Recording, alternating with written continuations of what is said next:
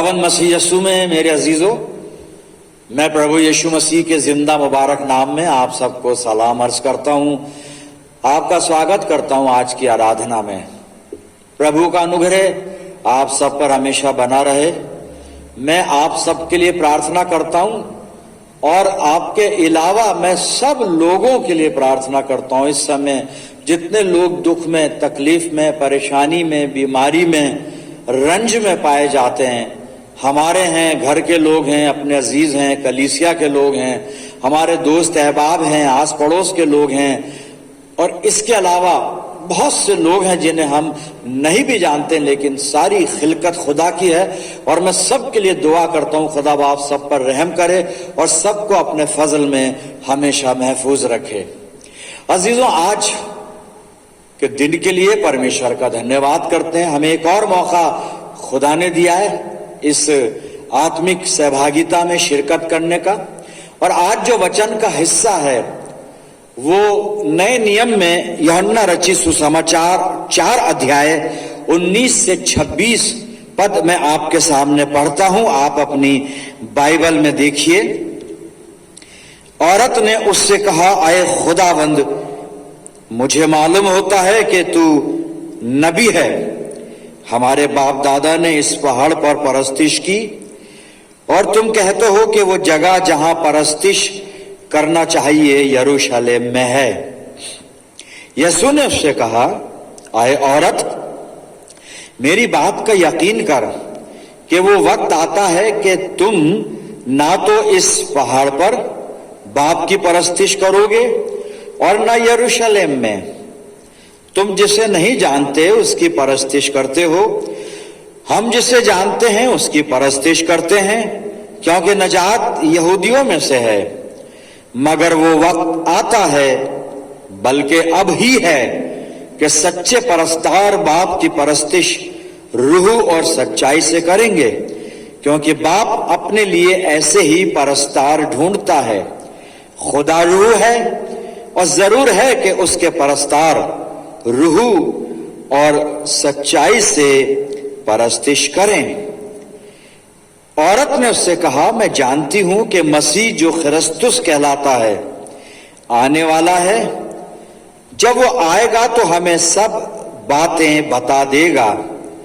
यीशु ने उससे कहा, मैं जो तुझसे बोल रहा हूं वही हूं। खुदा की बरकत उसके पाक कलाम के पढ़े जाने और सुने जाने पर हो। आमीन। आइए दुआ करें। खुदावंद मसीह यीशु में प्यारे आसमानी बाप, हम तेरे बेटे और तेरी बेटियां तेरे पाक मज़बे के सामने सरनिगू हैं। खुदावंद, तेरे जिंदा मुबारक कलाम पर मनन करना चाहते हैं।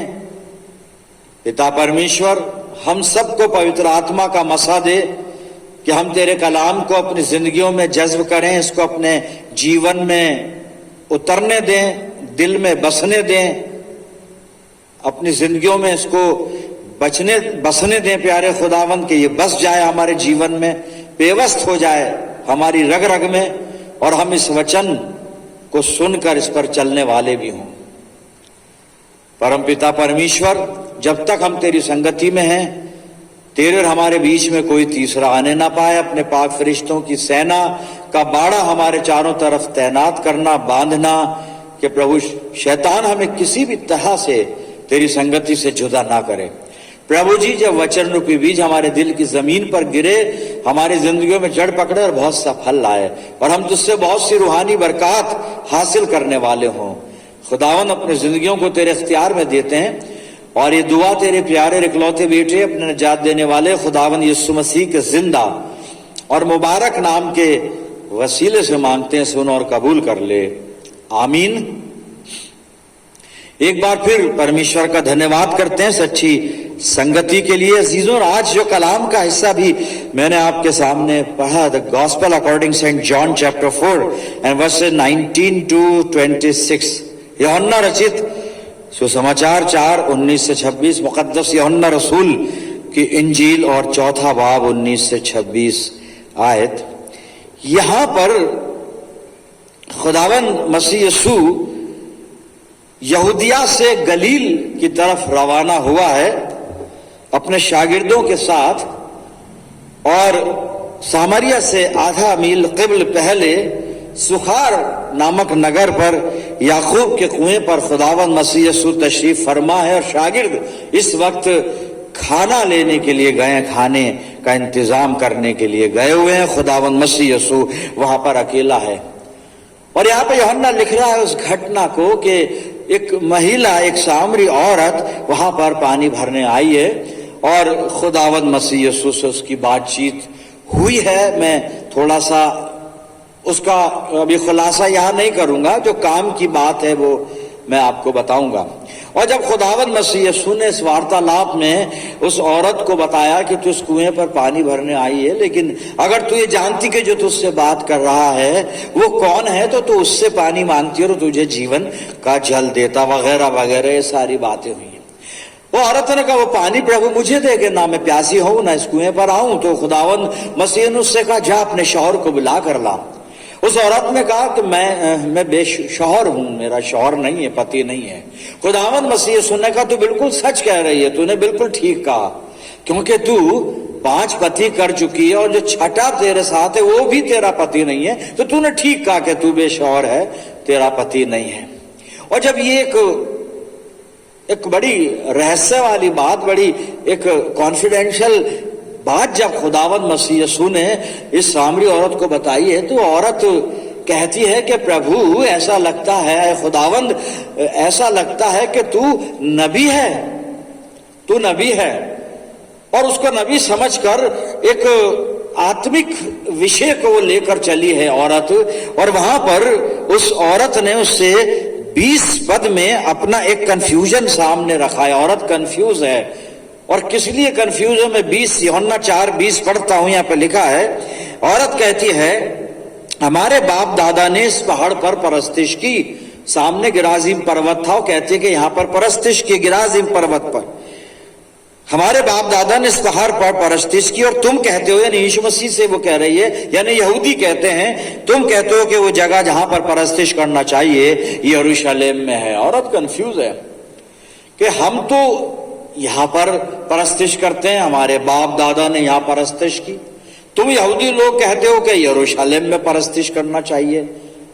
और आपको मैं थोड़ा सा बड़ा मुख्तसर तौर पर बताऊंगा कि सामरियों के जो बुजुर्ग थे, यहूदियों के जो बुजुर्ग थे, वो किसी वक्त में एक बुजुर्ग थे और बाद में इनमें तफरुका हुआ किसी वजह से। वो वजह मुझे मालूम है, अभी नहीं बताऊंगा मैं। और सामरी अलग हो गए, यहूदी अलग हो गए। लेकिन पहले अगर हम जाकर देखें, शुरुआत जो इनके एक ही आबाई खानदान के जो बुजुर्ग थे वो एक ही बुजुर्ग थे। लेकिन यहां पर चलकर अकीदे में फर्क है, थोड़ा ख्यालात में फर्क है और तर्ज जिंदगी में फर्क है, इसलिए अब अलग हो गए और यहूदी सामरियों से कोई बर्ताव नहीं रखते। ये भी है, यहाँ पे लिखा हुआ भी है। औरत ने वो कंफ्यूजन अपना रखा है मसीह यीशु के सामने कि हमारे बाप दादाओं ने, जो मैंने 20 पद पढ़ा था कि हमारे बाप दादा ने इस पहाड़ पर परस्तिश की, गिराजीम पर्वत पर, लेकिन तुम यहूदी लोग कहते हो कि यरूशलेम में परस्तिश करनी चाहिए। भाई कहां करें परस्तिश, कौन से चर्च में परस्तिश करें? यह कंफ्यूजन आज भी बरकरार है। प्रोटेस्टेंट चर्च में करें कि कैथोलिक चर्च में इबादत करें, मेथोडिस्ट में CNI में इबादत करें, या फिर बिलीवर्स चर्च में करें, या फिर पेंटिकॉस्टल में करें।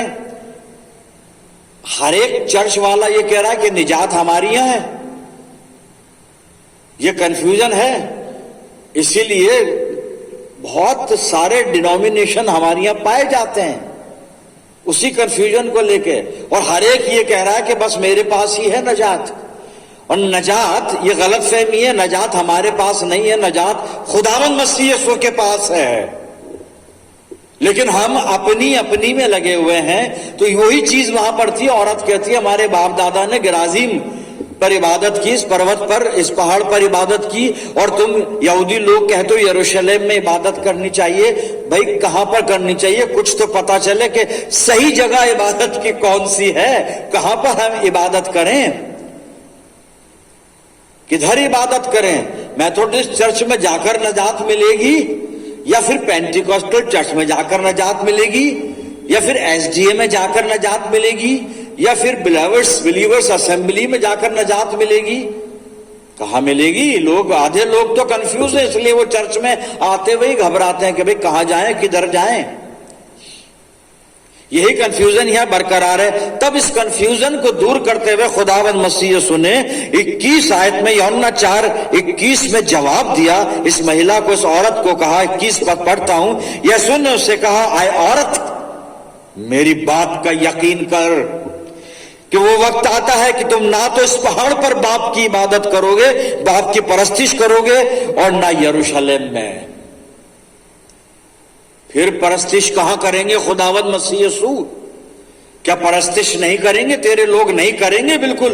लेकिन मसीह यीशु कह रहा है कि ना तो गिराजीम पहाड़ पर तुम परस्तिश करोगे, ना यरूशलेम में परस्तिश करोगे, क्योंकि दोनों जगह जो परस्तिश हो रही है वो परस्तिश खुदा की नहीं हो रही है। अभी आगे अनफोल्ड करेगा वचन खुद। यहां सिर्फ लोग अपनी अपनी परस्तिश कर रहे हैं, अपनी मर्जी से परस्तिश कर रहे हैं, अपने अंदाज में परस्तिश कर रहे हैं, जैसा उनके मन में आता है उस तरह से परस्तिश कर रहे हैं, जैसा उनको अच्छा लगता है उस तरह से इबादत कर रहे हैं। लेकिन जैसा खुदा को अच्छा लगता है वैसे इबादत कोई नहीं कर रहा है। इसीलिए खुदावंद मसीह यीशु ने 21वें पद में कहा है कि तुम ना तो इस पहाड़ पर गिराजीम पर इबादत करोगे, एक समय आ रहा है, ना यरूशलेम में इबादत करोगे। मसीह यीशु फिर कहां इबादत करेंगे तेरे चाहने वाले लोग? ऐसा लगता है खुदावंद मसीह यीशु यहां पे इन इबादतों को कंडेम कर रहा है। नहीं, यीशु मसीह इबादत को कंडेम नहीं कर रहा है। इबादत करने वालों की झूठी शान और झूठी इबादत को, झूठी मोहब्बत को कंडेम कर रहा है। और जब 21 पद में खुदावंद मसीह यीशु ये फरमाता है कि तुम ना तो इस पहाड़ पर और ना तुम यरूशलेम में इबादत करोगे, 22 पद में कहता है खुदावंद मसीह यीशु, तुम जिसे नहीं जानते उसकी इबादत करते हो, हम जिसे जानते हैं उसकी इबादत करते हैं। यानी परस्तिश लिखा है, उर्दू की बाइबल में परस्तिश लिखा है। हम उसकी परस्तिश करते हैं क्योंकि नजात यहूदियों में से है। लेकिन यह विषय नजात का था, लेकिन बात इबादत की चल रही है। न गिराजिम पर इबादत हो रही है, न यरूशलेम में इबादत हो रही है। अब पता नहीं आज कहां इबादत हो रही है, ये भी नहीं मालूम। खुदा से पूछा जाए कि हम इबादत कर रहे हैं तो इबादत हो भी रही है कि नहीं, या सिर्फ हम अपने अपने एजेंडों को लेकर यहां बैठे हुए, सिर्फ हम अपने अपने आप को एक्सपोज करने के लिए इबादतें कर रहे हैं, या सिर्फ हम फेसबुक पर आने के लिए इबादतें कर रहे हैं, व्हाट्सएप पर और यूट्यूब पर आने के लिए इबादतें कर रहे हैं। इबादत तो खुदा के लिए होती है। और खुदावंद मसीह यीशु उन गिराजीम की इबादत को, यरूशलेम की इबादत को, दोनों इबादतों को कंडेम करने के बाद अब सही इबादत क्या है वो यहां पे बता रहा है खुदावंद मसीह यीशु।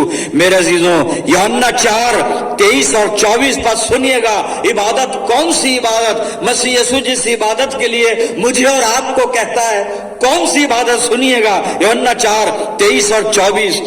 मगर वो वक्त आता है, बल्कि अभी है, कि सच्चे परस्तार बाप की परस्तिश, पिता की आराधना, बाप, यहां पे बाप शब्द आया है साहब, बाप की परस्तिश रूह और सच्चाई से करेंगे। क्योंकि बाप खुदा नहीं है, यहां पे परमेश्वर नहीं लिखा हुआ है, बाप हमारा बाप है, वो हम उसके बच्चे हैं।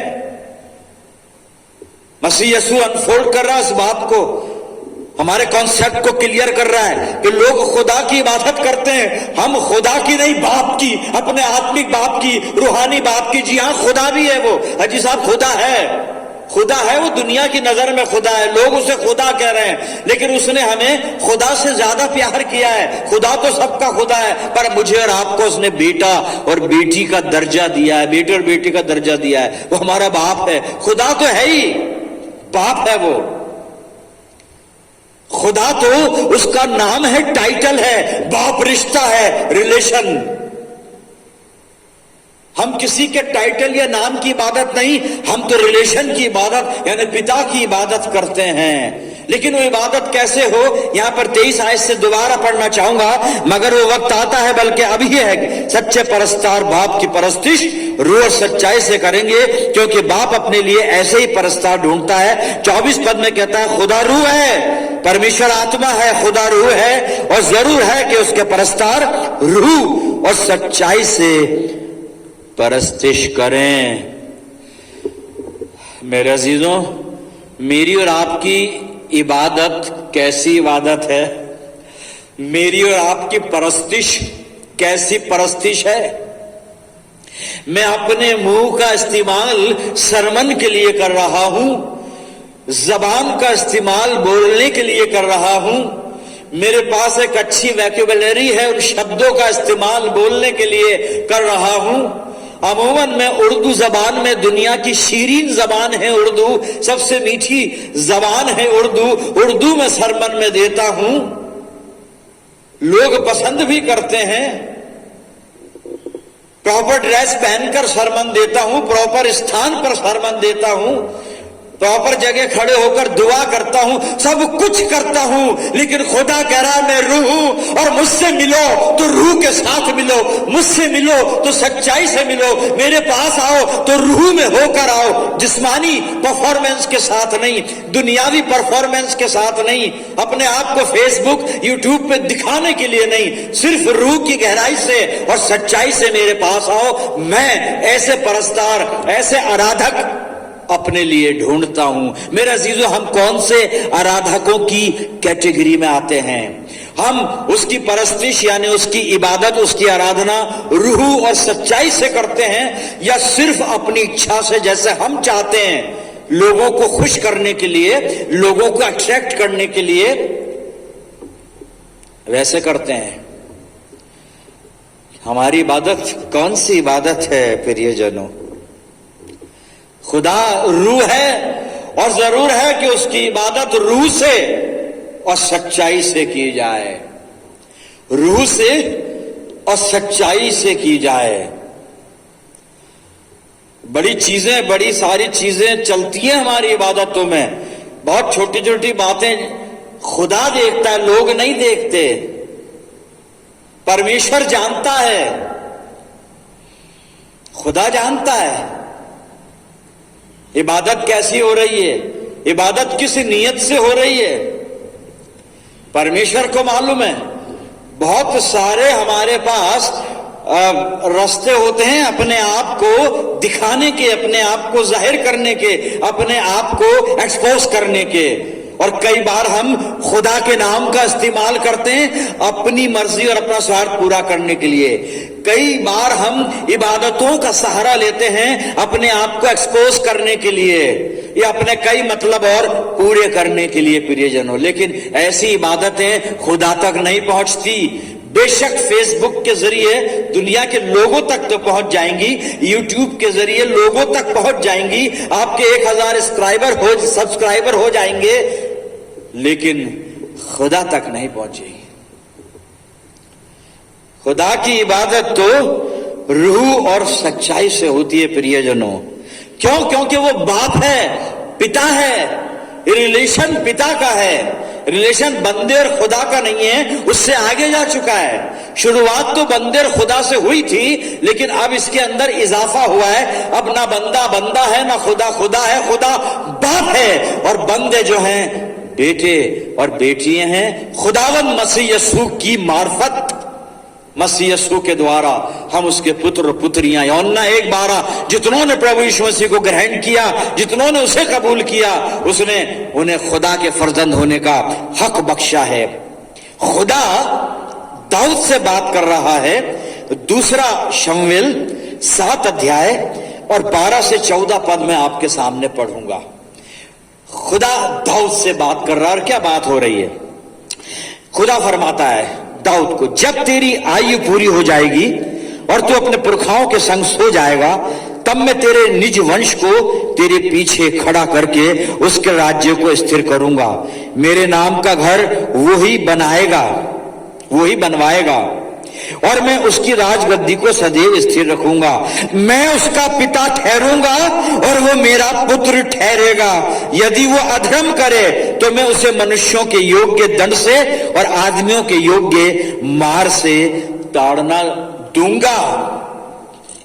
मैं उसका पिता ठहरूंगा और वो मेरा पुत्र ठहरेगा। ये रिश्ता खुदा ने दिया है मेरे अजीजों, ये रिश्ता हमने नहीं बना लिया, ये रिश्ता खुदा ने दिया है और इस रिश्ते में आने का हक खुदावंद मसीह यीशु ने दिया है। मेरे प्रियजनों, वो हमारा बाप है, इसलिए जरूरी है कि हम पिता की आराधना आत्मा से और सच्चाई से करें। अपनी जिंदगियों को टटोलें, हमारी इबादत कैसी इबादत है। इबादत तो हम करते हैं, बिल्कुल करे जा रहे हैं इबादत, बहुत इबादतें हो रही हैं, बहुत इबादतें। लॉकडाउन में तो इबादतें ज्यादा बढ़ गई हैं, घंटों घंटों इबादतें हो रही हैं, घंटों घंटों दुआएं भी हो रही हैं, सब कुछ हो रहा है। खुदा कहता है मेरी इबादत ये घंटों वाली इबादत नहीं, रूह और सच्चाई वाली इबादत होनी चाहिए। मेरी इबादत वो नहीं है जो घर घर में इबादत हो रही है, मेरी इबादत वो है जो रूह और सच्चाई से होनी चाहिए, रूह और सच्चाई से होनी चाहिए।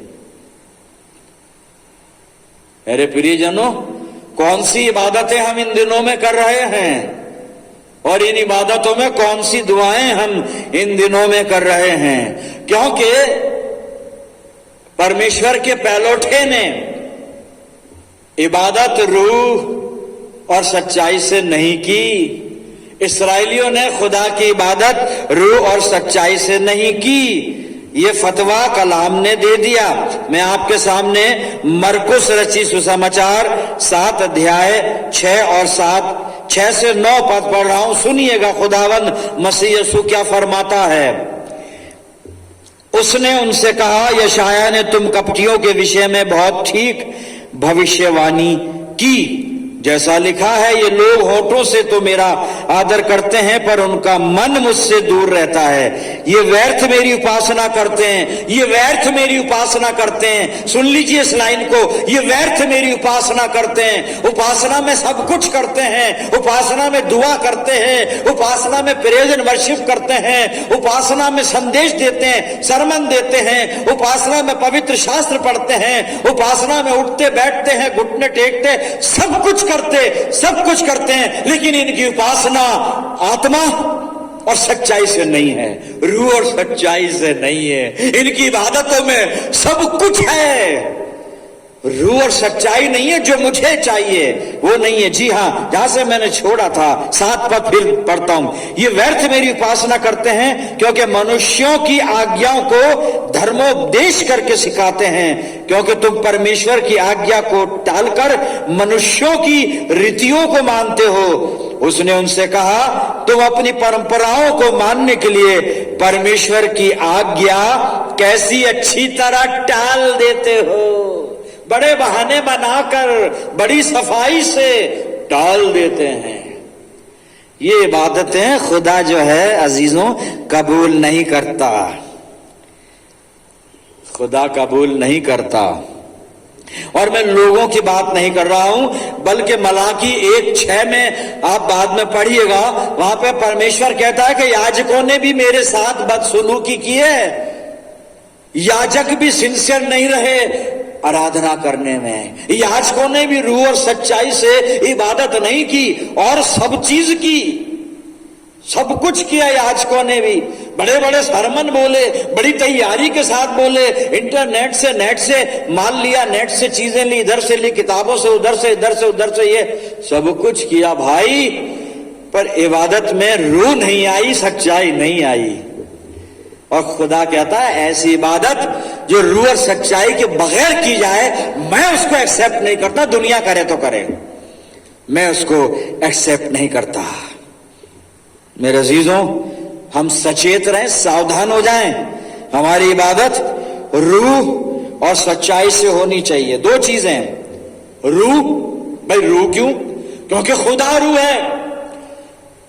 खुदा की जो पर्सनैलिटी है, परमेश्वर का जो अस्तित्व है वो रूह है, उसका वजूद जो है वो रूह है।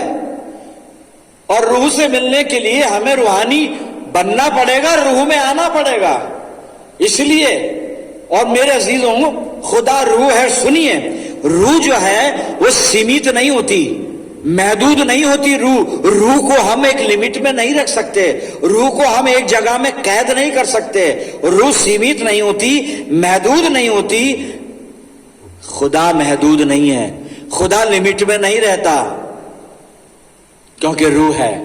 और इसलिए जरूरी है मसीह यीशु ने उसको क्या कहा था कि गिराजीम में पहाड़ पर इबादत कर रहे हैं, वो सोच रहे हैं खुदा यहीं पर है।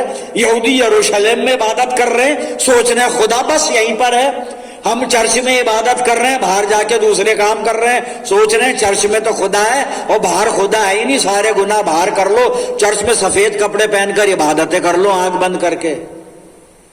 पादरी साहब के सामने शरीफ बन के भाई साहब जय मसीह की, और बाहर गालियां दे रहे हैं। बाहर वो दुनियावी जो जिंदगी है वो जी रहे हैं, लेकिन खुदा अंदर नहीं, बाहर भी है। अंदर तो है, बाहर भी है, घुमा जा हाजिर है, सब जगह है साहब। वो सर्वव्यापी परमेश्वर है, ऑमनी प्रेजेंट जिसको कहा गया है, सब जगह है वो। तो इसलिए रूह से उसकी इबादत, इसलिए रूह से इबादत। दूसरी चीज सच्चाई। अब सच्चाई कैसी आई है पौलुस बताएगा मेरे अजीजों हमारे को। और रोमियो की पत्री पहला अध्याय और पहले 9 आयत पढ़ रहा हूं, पौलुस यहां क्या कह रहा है। परमेश्वर जिसकी सेवा मैं अपनी आत्मा से उसके पुत्र के सुसमाचार के विषय में करता हूं, वही मेरा गवाह है कि मैं तुम्हें किस प्रकार लगातार स्मरण करता रहता हूं। पौलुस ने पहली चीज क्या बताई? आत्मा। कहता है मैं उसकी सेवा अपनी आत्मा से करता हूं, अपनी आत्मा से। अब इसी अध्याय में 25 पद सुन लीजिए क्या लिखा है यहां पे। क्योंकि उन्होंने परमेश्वर की सच्चाई को बदलकर झूठ बना डाला और सृष्टि की उपासना और सेवा की, ना कि उस सृजनहार की जो सदा धन्य है। आमीन। क्या करा उन्होंने? परमेश्वर की सच्चाई को बदल दिया। लेकिन यहां पे सच्चाई भी चाहिए। हम सच्चाई बदल नहीं सकते। आत्मा से भी इबादत करनी है, रूह से भी और सच्चाई से भी मेरे अजीजों। और हम जिसकी इबादत कर रहे हैं कौन है? ये पिता। केवल खुदा ही नहीं, पिता है, हमारा बाप है। और नीति वचन 10 पहले पद में सुलेमान लिखता है, दाना बेटा, अक्लमंद बेटा, दाना बेटा बाप को खुश रखता है।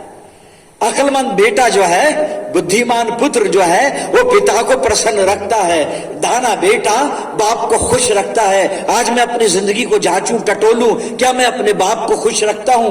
क्या मेरा बाप मेरी इबादत से खुश है? क्या मेरा बाप मेरी धार्मिकता, मेरे धर्मी जीवन से खुश है? क्या मेरा बाप मेरी आत्मिक सेवा से प्रसन्न है? क्या मैं उसकी इबादत कर रहा हूं तो रूह से और सच्चाई से कर रहा हूं? क्या हमें रूह और सच्चाई से उसकी इबादत करनी है। अब करना क्या है? 2 हवाले हमें क्या करना है वो वचन बताएगा। इब्रानियों की पत्री और 10 अध्याय 21 और 22 पद सुनिएगा क्या करना है। खुदावंद मसीह यीशु कह रहा है, मैं सिखा रहा है इबादत कैसे करें। खुदा रूह है और खुदा हमारा बाप है, और बाप की परस्तिश रूह से और सच्चाई से करनी है। क्योंकि बाप अपने लिए ऐसे ही परस्तार ढूंढता है, ऐसे ही परस्तिश करने वाले ढूंढता है, ऐसे ही आराधक वर्शिपर ढूंढता है कि जो उसकी इबादत रूह से और सच्चाई से करे। तो अब करना क्या है? इब्रानियों 10, 21 और 22 पद सुनिएगा। और इसलिए कि हमारा ऐसा महान याजक है जो परमेश्वर के घर का अधिकारी है, अर्थात प्रभु यीशु मसीह। तो आओ हम सच्चे मन और पूरे विश्वास के साथ और विवेक का दोष दूर करने के लिए हृदय पर छिड़काव लेकर, काय का छिड़काव? प्रभु यीशु मसीह के लहू का। हृदय पर छिड़काव लेकर और देह को शुद्ध जल से धुलवाकर, शुद्ध जल आपके घर का आरओ का पानी नहीं, पवित्र आत्मा, शुद्ध जल से धुलवाकर परमेश्वर के समीप जाएं, सच्चे मन से और पवित्र आत्मा की भरपूरी के साथ। पवित्र आत्मा की भरपूरी के साथ हम इबादत करें, परमेश्वर के पास आए प्रियजनों। और आखिरी हवाला दूसरा कुरिन्थियों 6 अध्याय और इसका 17 आयत से 7 अध्याय के पहले पद तक सुनिए क्या कहता है वचन। इसलिए प्रभु कहता है, उनके बीच में से निकलो, अलग रहो। किनके बीच में से? अधर्मी लोगों के बीच में से। उनके बीच में से निकलो और अलग रहो और अशुद्ध वस्तु को मत छुओ, तो मैं तुम्हें ग्रहण करूंगा और मैं तुम्हारा पिता होऊंगा और तुम मेरे बेटे और बेटियां होंगे। ये सर्वशक्तिमान प्रभु परमेश्वर का वचन है। अतः हे प्रियो, जबकि ये प्रतिज्ञाएं हमें मिली हैं, तो आओ हम अपने आप को शरीर और आत्मा की सब मलिनता से शुद्ध करें। शरीर की भी गंदगी निकाल दें, आत्मा की भी गंदगी निकाल दें और परमेश्वर का भय रखते हुए अपनी पवित्रता को सिद्ध करें और अपने खुदा की इबादत रूह और सच्चाई से करें, क्योंकि परमेश्वर अपने लिए ऐसे ही परस्तार ढूंढता है, ऐसे ही परस्तिश करने वाले ढूंढता है, ऐसे ही आराधक ढूंढता है। कैसे? जो इसकी इबादत रूह से, आत्मा से और सच्चाई से करते हो। खुदा करे हम ऐसे ही आराधक हो, परमेश्वर से सामर्थ हासिल करें। दुआ करें कि प्रभु हमें देह की और आत्मा की सारी मलिनता से शुद्ध कर दे और हमें ऐसे आराधक बना दें जो तेरी आराधना रूह से और सच्चाई से करते हो। आइए प्रार्थना करें। प्रभु यीशु मसीह में अनुग्रहकारी पिता परमेश्वर, बड़े आदर, बड़ी दीनता, नम्रता की आत्मा में होकर हम तेरे चरणों पर हैं। इस वचन के लिए धन्यवाद करते हैं प्रभु, जो हमें आत्मिक जीवन में जीने के तौर तरीके सिखाता है, जो हमें आराधना करना सिखाता है। पिता परमेश्वर, आज हमें वचन ने एक बार फिर हमें आगाह किया है कि जब हम तेरी आराधना करें तो रूह से करें और सच्चाई से करें। पिता परमेश्वर, हम विनती करते हैं कि पवित्र आत्मा के द्वारा हमें इस सेवा के लिए तैयार कर। पवित्र आत्मा हमारी सहायता करे, हमारा मार्गदर्शन करे और हमें ऐसे आराधक बनाए कि हम तेरी आराधना रूह से और सच्चाई से करें, ताकि हमारी दुआएं तेरी वेदी पर कबूल की जाए प्रभु जी। और इन दिनों में जो हम रो रो कर गिड़गिड़ा कर प्रार्थना कर रहे हैं, ये प्रार्थनाएं तेरी वेदी पर स्वीकार हो, लेकिन ये तब स्वीकार होगी जब हम तेरी इबादत रूह से और सच्चाई से करेंगे। प्रभु जी, अपनी जिंदगियों को तेरी अधीनता में सौंप देते हैं। मैं प्रार्थना करता हूं जितने इस समय दुआ में मेरे साथ जुड़े हुए हैं पिता, इन सब पर तेरी शफकत, रहमत और बरकत का साया हमेशा बरकरार रहे। हम अपनी जिंदगियों को प्रभु तुझे सौंपते हैं और ये प्रार्थना तेरे प्यारे पुत्र और अपने उद्धारकर्ता और जीवन देने वाले प्रभु यीशु मसीह के जिंदा और मुबारक नाम के वसीले से मांगते हैं। सुन और कबूल कर ले, आमीन। अब हमारे प्रभु यीशु मसीह का अनुग्रह, पिता परमेश्वर का प्रेम, पवित्र आत्मा की सहभागिता हम में से हर एक के साथ, समस्त विश्वासियों के साथ, हमारी सब कलीसियाओं के साथ अब से लेकर हमेशा तक होती रहे। आमीन।